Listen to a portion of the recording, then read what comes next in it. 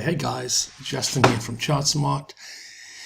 I've been getting a lot of questions lately around the S&P or the Dow or any of these American indexes, which just have been burning straight up to the moon over the last few months, and basically how to trade these. And I just thought I'd give you a very quick tip on some of the internals which make a huge difference when you're trying to trade these markets. The nice thing is that on the American indexes, we get these internals. We don't get them anywhere else. You can't use these on Forex. You can't use these on bonds, or you can link them, but these are really applicable directly to the indexes. I use it mostly on the S&P 500, which you can see is this chart at the top here.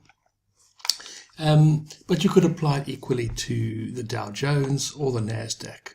They're all going to work. So what are we looking at? And I want to just start off with this internal here, the advanced decline line, and this is probably the most famous of all the internals, and it's extremely powerful. If we just use it in a very simple way, let's just look at this. Is the chart for this is the indicator of the advanced decline line. You can see the white dotted line through the middle is 0. What it's showing you here is when the advanced decline sits below 0, what we have there is more stocks ticking down than stocks ticking up. So if you subtract all of the stocks that are moving up from all the stocks that are moving down, you get a net number, and it is plotted as a graph over here. You can see here it's below 0. Whereas if you look at this side of the chart here, it's all above 0. Okay, so that's great. Let's see how do we use that? So in a very simple way, a lot of trend guys are going to say, well, I'll trade in the right direction of the trend intraday if it's above the 20 EMA or the 10 EMA. Okay, but this here shows us the trend of the day. Okay, and what this is telling us is, well, it's better for us to be looking for short entries than for long entries.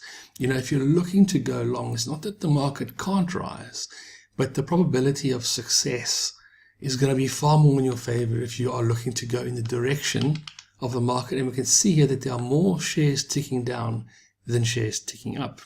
Okay, so how do we action that? So if we just took a look over here, I'll go into it in more detail in another webinar, but this is the RSI of the VIX. I'm not sure if many of you know the VIX, the volatility index of the CBOE. And what we want to do here is when the VIX is very low, this is an inverted graph, inverted scale here, but you want to just find out when the VIX is very low. We've had a lovely run up here, and this run we can see happening up here, which is a kind of a very weak, intrepid move up.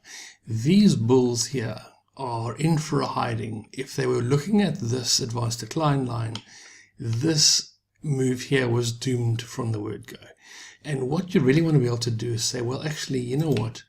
I actually don't want to participate in this part of the market here because I'm watching the AD line. What I want to do is find a good reason to trade in the same direction as the whole market is moving.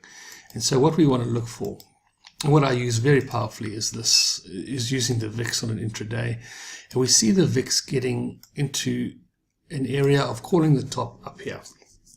Now the beautiful thing with this, of course, is that we are completely aligned with the advanced decline, and we get very steep sell-off all the way down here. If you were to look at, let's have a look at when the VIX is sitting above, when the ADD is sitting above 0, that's over here. What we really want to be doing here, trying to short the market here is a very painful experience. The ADD is really, the advanced decline is very high up here. We've got strong buying. The market is moving healthily ahead, and any overbought signal that we are seeing here should be ignored because the market is very strong here. We don't want to get our heads ripped off, and anybody who had sold in this area here just got taken out here. What is a far better idea is when we have these areas, let's just draw that box again so we can see this is the overbought, or the stocks are moving up.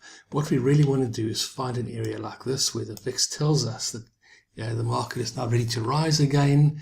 We pick up the bottom over here, and we are able to trade in the direction of the overall market for a lovely move up. So whether you're looking for a move down or a move up, what you want to be doing is aligning yourself with the ADD and finding a nice tool. And the VIX is incredibly accurate. If you need any more details on this, please just drop me a line. I can share it with you. But finding these tops and these bottoms in line with the ADD trend is extremely, extremely effective. And if you are taking out 50 to 100 Dow points or 5 to 10 S&P points a day, well, that's more than enough on a very, very easy strategy. Guys, that's one of the internals that I look at. There are the ticks sitting below here, which is a discussion for another day. I hope that's useful, and we'll catch you next time.